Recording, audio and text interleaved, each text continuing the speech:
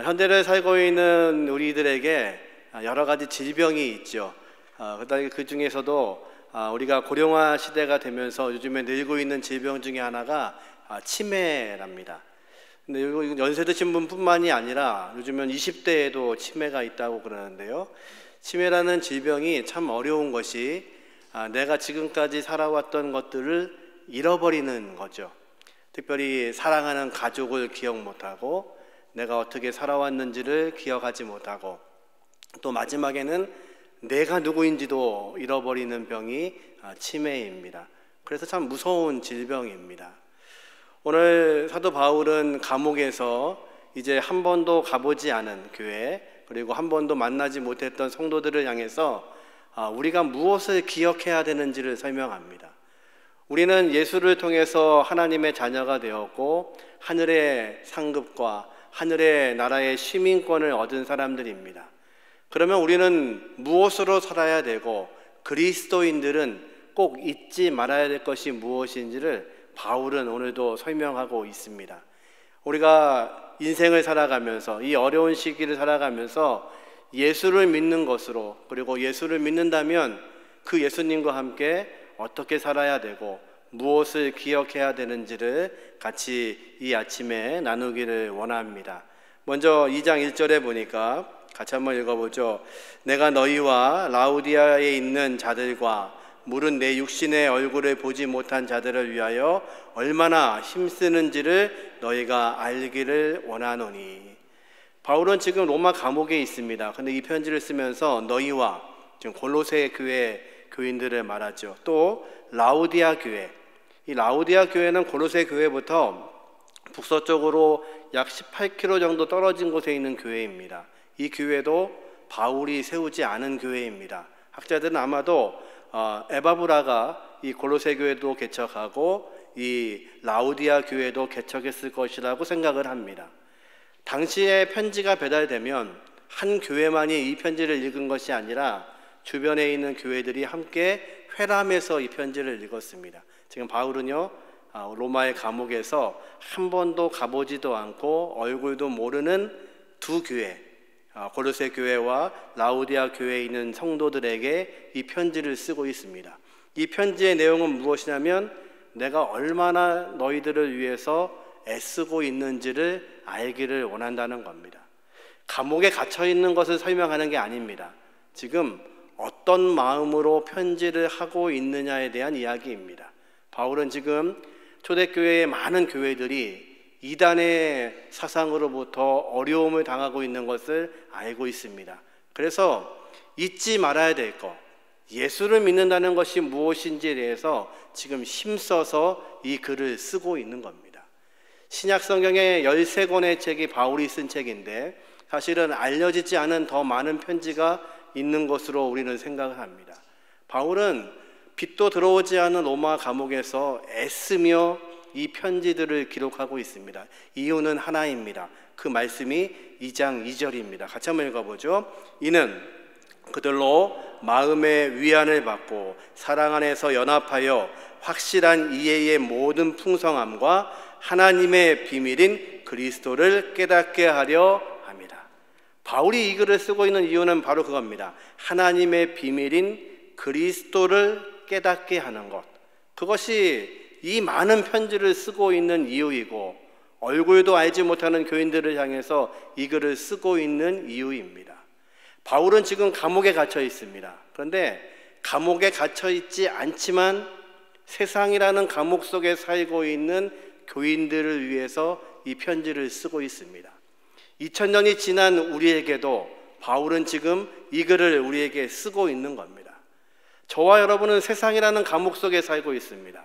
세상에 살면서 우리는 많은 어려움을 경험합니다. 아마도 지난 2년간은 우리의 생애에서 다시도 기억하지 못할 그런 시간들이었을 겁니다. 여러분은 지금 어떤 감옥에 살고 계시나요? 육체의 질병의 감옥, 아니면 물질의 연약함의 감옥, 아니면 가정의 어려움의 감옥, 누군가와의 갈등 속에 있는 그 갈등과 아픔의 감옥, 어쩌면 배신의 감옥에 살고 계신지도 모릅니다.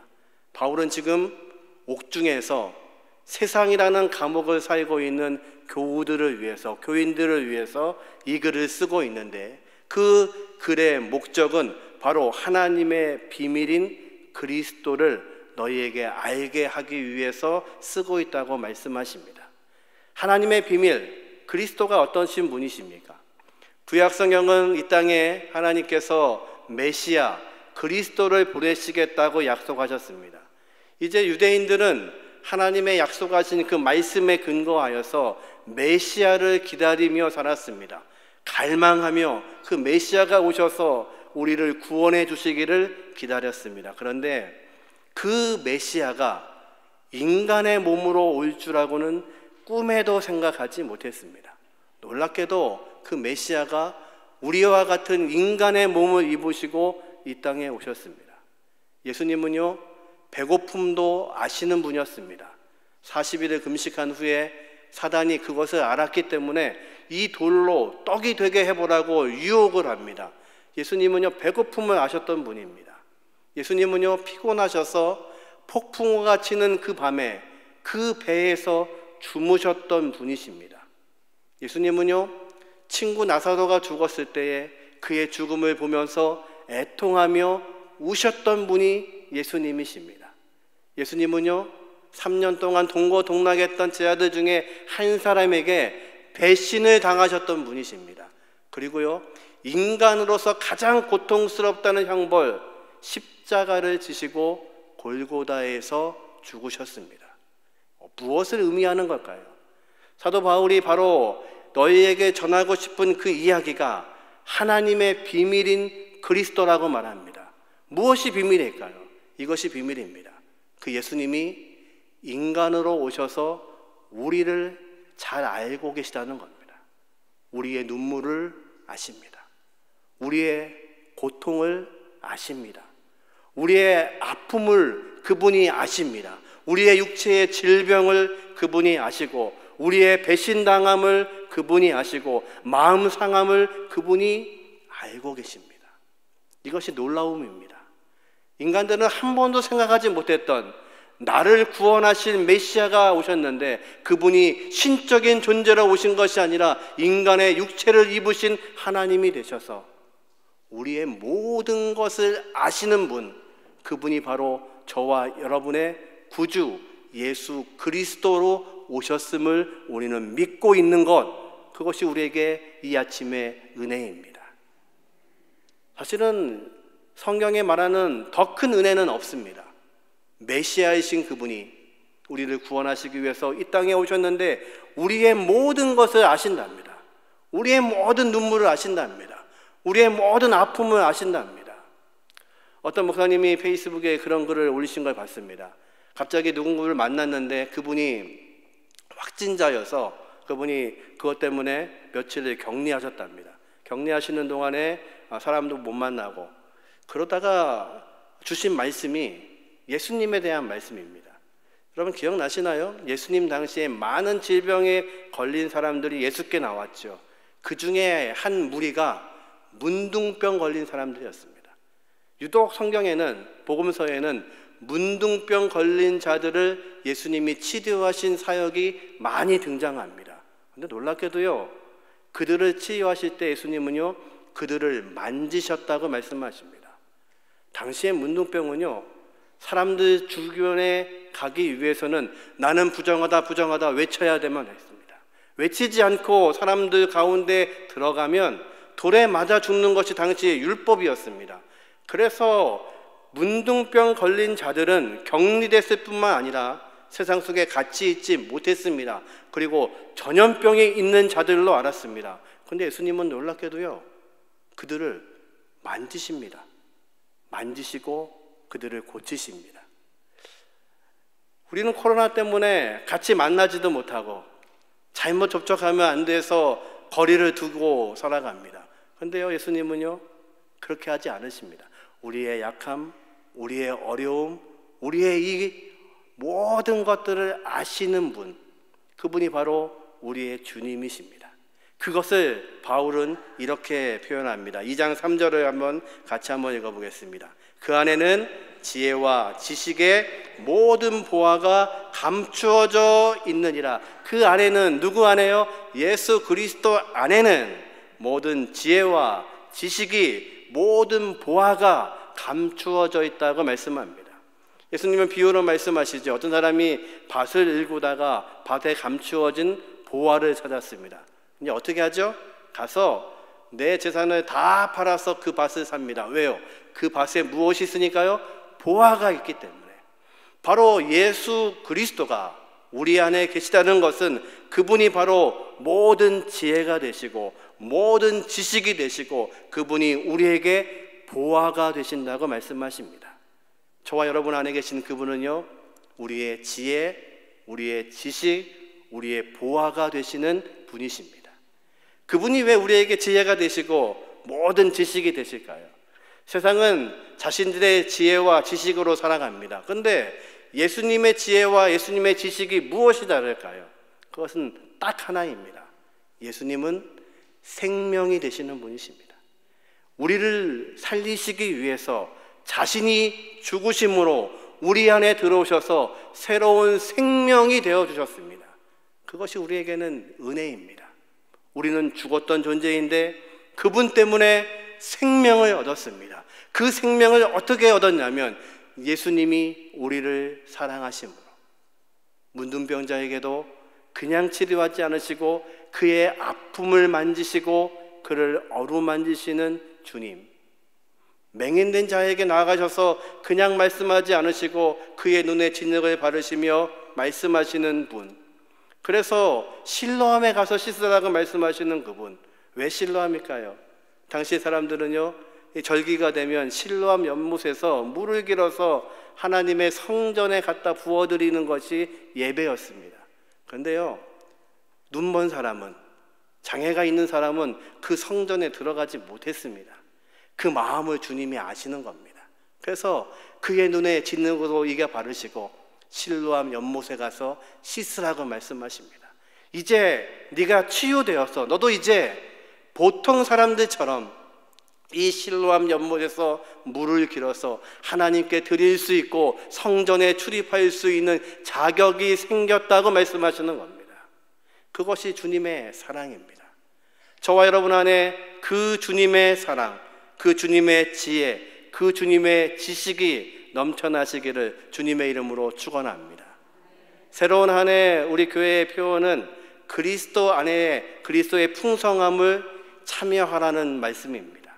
저와 여러분이 그리스도의 풍성하심을 경험하고 새로운 한 해 우리의 가정이, 우리의 삶이, 우리의 공동체가 그리스도의 풍성함에 참여할 수 있는 은혜가 있기를 주님의 이름으로 축원합니다. 주님이 모든 지혜가 되시고 지식이 되시기 때문에 세상은요, 그 지혜가 올바르지 않다고 우리를 유혹합니다. 바울이 그것을 2장 4절에 이렇게 말했습니다. 같이 한번 읽어보죠. 내가 이것을 말함은 아무도 교묘한 말로 너희를 속이지 못하게 하려 함이니. 교묘한 말, 그럴듯한 말, 그리고 설득력 있는 말, 마치 달콤한 말, 진리 같은 말로 세상이 우리를 속이고 있다고 말씀하십니다. 지난 10년, 15년간 한국 교회마다의 설교를 분석한 자료를 봤습니다. 지난 10년, 15년간 동안에 한국 교회는 어떤 주제의 설교를 제일 많이 했을까? 또 어떤 주제의 설교를 제일 많이 하지 않았을까? 제일 많이 한 설교의 주제는 뭐였을까요? 복입니다. 복이 무엇인지, 복을 받아야 된다고, 복에 관한 설교가 제일 많았습니다. 그러면 반대로 제일 많이 하지 않았던 주제는 뭘까요? 죄에 대해서 설교하지 않았습니다. 왜요? 죄에 대해서 설교하면 거부감이 있고 듣고 싶지 않고 설교하기 나쁘고 설교하기 어렵고, 그래서 세상은 이게 교묘한 말로 죄와 죄가 아닌 것을 섞어서 우리에게 말하기 시작합니다. 성경은요, 모든 사람을 차별하지 말라고 말씀하십니다. 성경은요, 어렵고 약한 자들을 위해서 오히려 너희의 마음을 다 가지라고 말씀하시고 과부와 고아를 도우라고 말씀하십니다. 그런데 우리는요, 그것에 대해서 반대하는 것이 아닙니다. 우리는 강단에서 무엇이 죄인지에 대해서 설교하지 못하는 것에 대해서 이야기하는 겁니다. 동성애, 그건 죄입니다. 동성애자들은 말합니다. 우리도 사랑하는 건데, 우리도 사랑하는데 왜 우리의 사랑은 인정하지 않냐고. 예, 동성애는 죄라고 성경이 말씀하십니다. 세상은요, 점점 무엇이 죄인지, 무엇이 죄가 아닌지를 교묘하게 섞어서 우리에게 말하기 시작합니다. 바울은 지금 감옥에서 이 글을 씁니다. 이유는 한 가지입니다. 세상을 향해서, 교회들을 향하여서 집중적으로 이야기하고 있는 이단의 사상들에 대해서 너희가 그것을 분별해야 된다고 말씀하는 겁니다. 당시의 모든 이단들은 이런 거였습니다. 예수만으로는 살 수 없고, 예수도 있어야 되고, 우리의 학문과 지식도 있어야 되고, 행함도 있어야 되고, 그것으로 하나님께 나가야 된다고 가르쳤습니다. 바울은 말합니다. 어떤 말씀이라도 복음에 아무것도 섞여서는 되지 않는다고 말하는 겁니다. 우리는 무엇으로요? 믿음으로 구원받았습니다. 그리고 우리가 입으로 시인함으로 그 주님이 우리의 구주, 구세주가 되셨습니다. 그것으로 하나님의 자녀가 되었습니다. 믿으십니까? 그것이 우리의 믿음입니다. 그래서 바울은 이제 2장 5절에 이렇게 고백을 합니다. 같이 읽어보죠.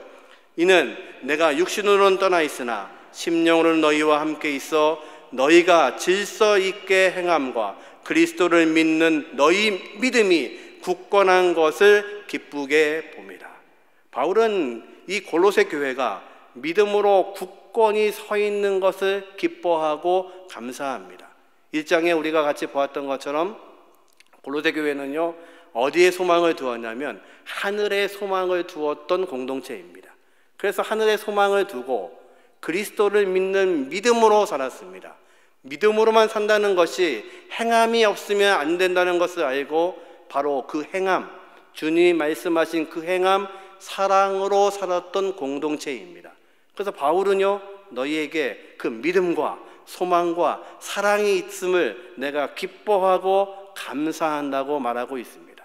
지금 바울은요, 그 믿음이 너희에게 있는 것을 얼마나 감사한지 모른다고 그는 고백합니다. 이 믿음이 무엇일까요? 에베소서 3장 17절에는 이 믿음을 이렇게 설명해 나왔습니다. 같이 읽어보죠. 믿음으로 말미암아 그리스도께서 너희 마음에 계시게 하시었고 너희가 사랑 가운데서 뿌리가 박히고 터가 굳어져서. 그 믿음은 무엇이냐면요, 누가요? 그리스도께서 우리 마음에 계시는 것, 그것을 믿음이라고 설명했습니다. 요한복음 15장 4절에는 예수님이 이렇게 말씀하십니다.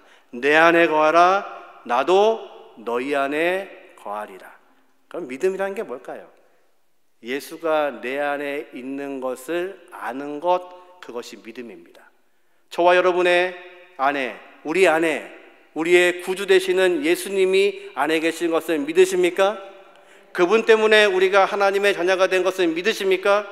오늘 예배하는 이 시간에도 내 안에 그리스도가 계시는 것을 믿으십니까?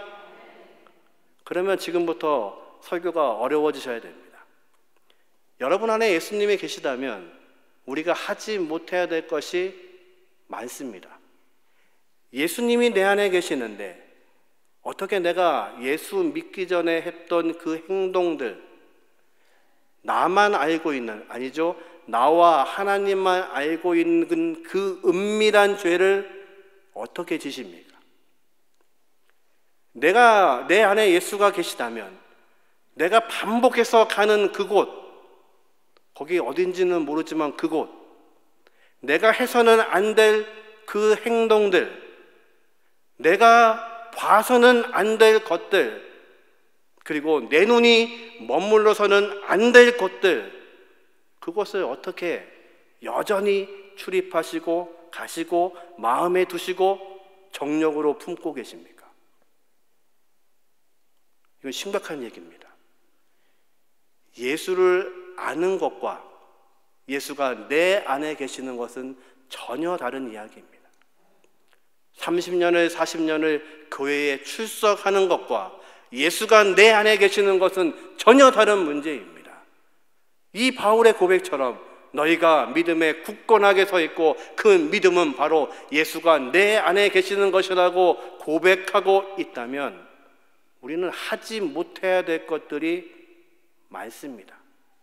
해서는 안 될 생각들이 많습니다. 봐서는 안 될 것들이 너무도 많습니다. 반복적으로 가서는 안 될 그곳이 많습니다. 여전히 그것도 가지고 있고 세상의 정욕과 세상의 욕망도 바라보고 있으면서 내가 예수를 믿고 있다고 말한다면 둘 중에 하나입니다. 내가 예수를 믿고 있지 않든지 아니면 세상 속에서 살고 있는데 예수를 믿고 있다고 착각하시는 겁니다. 바울은 지금 그것을 단호하게 이야기합니다. 너희 안에 예수가 계시다면, 아니 너희가 세상을 품고 있고 여전히 세상의 정욕과 세상의 욕심과 세상에서 했던 그 방식대로 살아가고 있으면서 예수를 믿고 있다고 말하는 것은, 너희 속에 그것을 두고 있다는 것은 너희 속에 예수가 없다는 증거라고 말합니다. 저와 여러분 안에 그 예수의 영이 있는 것을 확인할 수 있는 은혜가 있기를 주님의 이름으로 축원합니다. 오늘도 우리는 그 주님 때문에 하나님 앞에 예배하고 있습니다. 여전히 실수하지만, 넘어지지만 우리를 찾으시고 우리를 구원하시는 그분, 그래서 누구도 소외되지 않는 그 하나님의 놀라우신 은혜와 비밀 속에 있는 예수를 주인으로 모시고 있습니다. 여전히 우리는 세상을 살면서 넘어집니다. 그래서 주님이 필요합니다. 오늘도 그 주님 앞에 우리는 무릎을 꿇습니다. 내 능력으로 가능하지 않기 때문에 그 주님이 내 안에 계신 것을 확인하기 위해서 오늘도 함께 해달라고 예배하고 있습니다. 이 예배 가운데, 우리의 믿음 가운데 주님이 우리의 주인 되어주시는 은혜가 있기를 주님의 이름으로 축원합니다. 바울은 이제 이 모든 것들을 이야기하면서 2장 6절에 이렇게 고백을 합니다. 2장 6절 같이 한번 읽어보죠. 그러므로 너희가 그리스도 예수를 주로 받았으니 그 안에 행하되. 아멘. 이 말씀이 얼마나 귀한지 모르겠습니다. 그냥 띄워놓고 계속 보십시오. 그리스도 예수를 주로 받았으니, 주, 나의 구주, 나의 구세주, 퀴리오스, 내 주인으로 내가 받았습니다. 당시의 세상은 황제에게만 주라고 표현했습니다. 그런데 우리는 주인이 바뀌었습니다. 예수 그리스도가 나의 다시 새로운 주인이 되셨습니다. 그래서 주님이 말씀하신 것, 주님이 행하신 것, 이 모든 것들을 우리가 받았습니다. 그리스도 예수를 내가 주로 받았습니다. 주로 받은 사람들은 어떻게 행하냐면 그 안에서 행합니다. 행하다는 말은 같이 걸어간다는 뜻입니다. 누구와 걸어간다는 뜻일까요? 주님과 걸어가는 겁니다.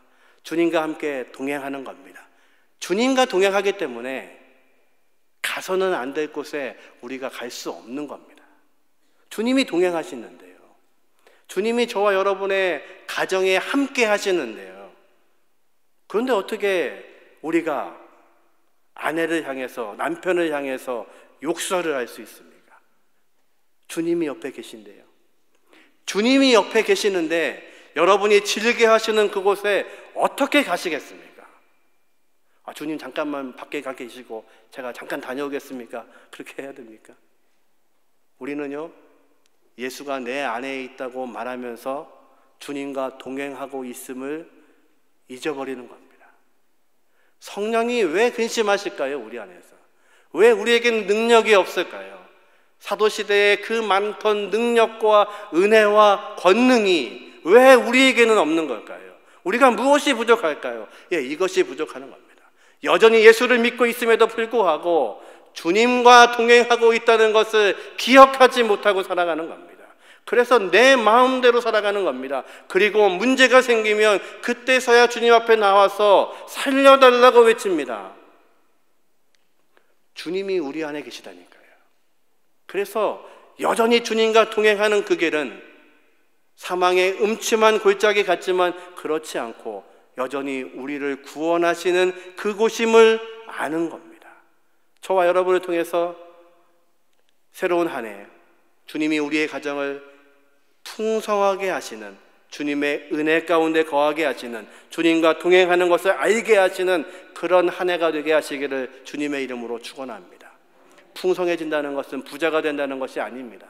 새로운 한 해 표어가 풍성함이니까, 그리스도 안에 그 풍성함에 참여하라니까, 이제 그 풍성함 때문에 무조건 내 자녀들이 잘 되고 장사가 잘 되고 사업이 잘 되고 돈이 많이 벌고 그 얘기하고 있는 게 아닙니다. 풍성함은 그리스도가 내 안에 계신 것을 확인하고 그분과 걸어가시는 겁니다.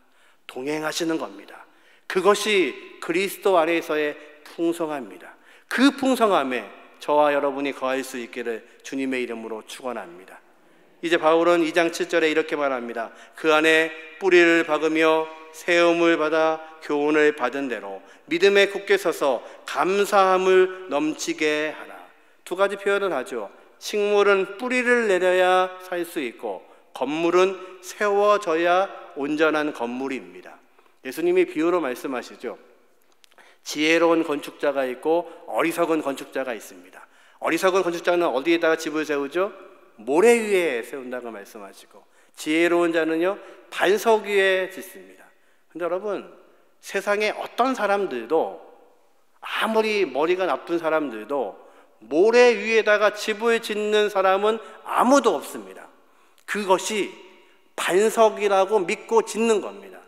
우리는 예수가 반석인 것을 압니다.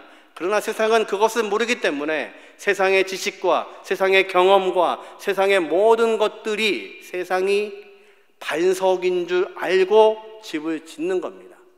처음에는요 모릅니다. 언제 알죠? 바람이 불고 창수가 나고 그리고 홍수가 나면, 그러면 그때서야 알게 됩니다. 저와 여러분의 인생은 무한하지 않습니다. 주님이 오라 하시면 갈 수밖에 없는 인생입니다. 그때서야 그들은 깨닫게 되는 겁니다. 내가 반석 위에 내 인생을 지었다고 하였는데 주님 앞에 서는 순간 이것이 모래 위에 지었던 것을 알게 되고 모든 것이 무너지는 것입니다. 그것이 세상의 방법입니다. 그렇다면 우리는요, 예수가 반석인 것을 알고 있습니다. 예수 위에 우리의 인생을 지어 올리는 겁니다. 그런데 우리도 하나님 부르시는 그 순간에 가봤더니 이것이 예수 위에 세우는 반석이 아니라 내 지혜였고 내 경험이었고 내 욕심 위에 세웠다면 그때는 후회할 시간이 없습니다. 그러게 사도 바울은 말합니다. 너희가 어디에 뿌리를 내려야 되는지, 어디에 세워져야 되는지를 분명하게 알지 못하면 안 된다는 것입니다. 지하 감옥에서 피통하는 심정으로 이 편지를 쓰고 있습니다. 너희가 예수가 누구인지를 분명히 알아야 된다. 예수가 반석이 되어서 거기에 세워지는 인생이 아니라면 그것은 모래 위에서 무너질 것이라고 말씀하십니다. 저와 여러분이 우리의 인생을 새로운 한 해 예수가 반석이 되시고 그 위에 우리의 인생을 세워가는 그리스도의 풍성함을 경험할 수 있기를 주님의 이름으로 축원합니다. 2장 7절을 한번 다시 한번 읽어보겠습니다. 같이 읽죠? 그 안에 뿌리를 박으며 세움을 받아 교훈을 받은 대로 믿음에 굳게 서서 감사함을 넘치게 하라. 아멘. 이제 감사함이 넘치는 겁니다. 온전히 서 있으면 우리에게 찾아오는 것은 감사함입니다. 다윗이 시편 23편에 고백하죠. 내 잔이 넘치나이다. 그러나 그 앞구절은 이렇게 되어 있습니다. 내가 원수의 목전에서, 또 더 앞으로 가면 사망의 음침한 골짜기를 다닐지라도, 다윗은 알았습니다. 그의 인생은 언제나 음침한 골짜기였고 여전히 원수 앞에 서 있는 인생이었습니다. 그러나 주님이 그와 함께 동행하심을 알았던 사람입니다. 그러게 그는 그렇게 외칩니다. 내가 사망의 음침한 골짜기로 다닐지라도 해를 두려워하지 않습니다. 주님과 함께 동행해야 했더니 주님이 쉴만한 물가로 푸른 초장으로 인도하시는 것을 알았습니다. 내 앞에 원수들이 진치는 것이 내 삶의 전부였지만 여전히 하나님은 나를 그 앞에서 기름 부으셔서 넘치게 하셨나이다. 여러분, 감사가 넘친다는 것은요, 감사의 제목이 없는 것을 찾으라는 말씀이 아닙니다. 여러분, 큰 통에 물을 가득 부어놓고 여러분이 목욕하기 위해서 들어가면 물이 어떻게 되죠? 넘칩니다. 왜요? 내가 거기 들어갔으니까요.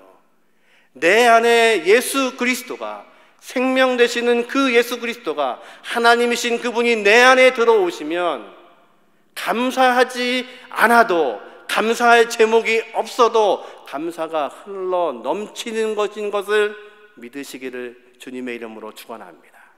새로운 한 해 우리의 하나님이, 그리스도 되시는 그분이 내 안에 들어오심으로 저와 여러분의 삶이 감사가 넘쳐 흐르게 하시는 은혜가 있기를 주님의 이름으로 축원합니다. 바울은 우리에게 고백합니다. 그리스도 안에서 너희의 사랑, 너희의 위로, 너희의 지식, 너희의 지혜, 그것이 풍성하기를 원한다고 말씀합니다. 이 그리스도의 풍성함에 저와 여러분이, 우리의 가정이, 우리의 교회가 함께함으로 그리스도의 풍성함으로 넘치게 하시는 새로운 한 해가 되시기를 주님의 이름으로 축원합니다. 말씀을 정리합니다.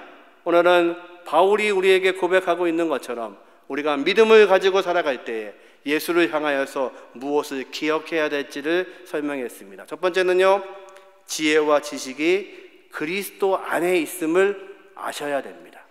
이 지혜와 지식은 바로 예수님이십니다. 우리는 세상의 지혜와 세상의 지식으로 살지 않고 주님의 지혜, 주님의 지식으로 살아갑니다. 이 지식이 바로 풍성함입니다. 두 번째, 굳건한 믿음은 그리스도를 아는 지식입니다. 믿음이 굳건하다는 것은 세상의 것으로 흔들리지 않고, 흔들리지 않는 것은 내 안에 그리스도가 계시기 때문에 그렇습니다. 그 굳건한 믿음, 그리스도를 아는 지식이 있기를 주님의 이름으로 축원합니다. 마지막으로 이 지식은요, 아는 게 아니고 그리스도와 함께 행하는 겁니다.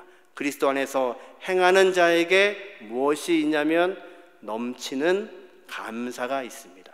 새로운 한 해 저와 여러분의 안에 이 풍성하신 그리스도의 은혜 때문에 감사가 흘러 넘치는, 그래서 세상을 향하여서 그리스도의 사랑과 은혜와 놀라우신 비밀들이 흘러 넘치게 되는 저와 여러분, 우리의 가정, 우리의 교회가 되게 하시기를 주님의 이름으로 축원합니다. 다 자리에서 일어나셔서 우리 같이 찬송하겠습니다.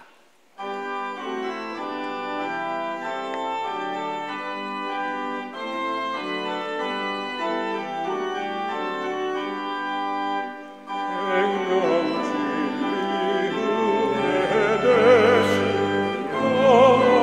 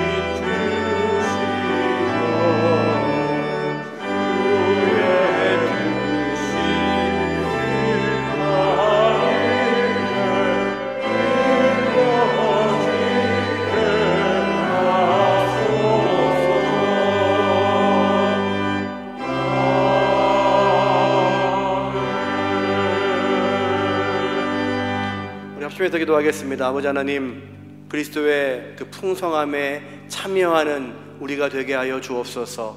오늘도 그분과 동행할 수 있는 우리의 삶이 되게 하시고 우리의 가정이 되게 하여 주심으로 새로운 한 해 주님과 함께함으로 그 풍성함이 우리의 풍성함이 되게 하여 주옵소서. 우리 통성으로 같이 기도하겠습니다. 은혜하신 아버지 하나님 감사합니다. 아버지 하나님, 오늘도 우리 안에 그리스도의 영을 허락하여 주셔서 풍성하게 하시는 것을 믿습니다. 아버지 하나님, 우리가 주님과 동행하게 인도하여 주시고 이 어려운 세상 가운데서도 주님이 함께 하시는 것을 알게 하심으로 그리스도의 풍성함에 살아갈 수 있도록 은혜를 더하여 주옵소서. 아버지 하나님, 우리를 장중에 붙드시고 우리의 삶을 붙드시고 우리의 가정을 붙드셔서 온전히 주님 안에 서 있게 하시고 주님과 동행하게 하여 주심으로 그것이 우리의 능력이 되게 하시고 우리의 힘이 될 수 있도록 인도하여 주옵소서. 아버지 하나님 감사합니다. 우리 안에 그리스도의 풍성함을 허락하여 주셔서 이 어렵고 힘든 세상을 살아가고 있으나 주님과 동행하고 있음을 알게 하시니 감사합니다. 이것이 아는 것이 아니라 체험되게 도와주셔서 주님과 새로운 한 해에도 동행하는 우리의 가정이 되게 도와주셔서 우리의 자녀들 되게 도와주셔서 우리의 교회가 되게 도와주셔서 그리스도의 그 풍성함에 참여할 수 있는 우리가 되게 도와주옵소서. 지금은 우리 주 예수 그리스도의 은혜와 아버지 하나님의 극진하신 사랑하심과 성령님의 내주 역사하심이 오늘도 주님과 동행하기로 작정하는 모든 사람들 머리 위에 지금부터 영원토록 함께 하시기를 예수님의 이름으로 간절히 축원하옵나이다. 아멘.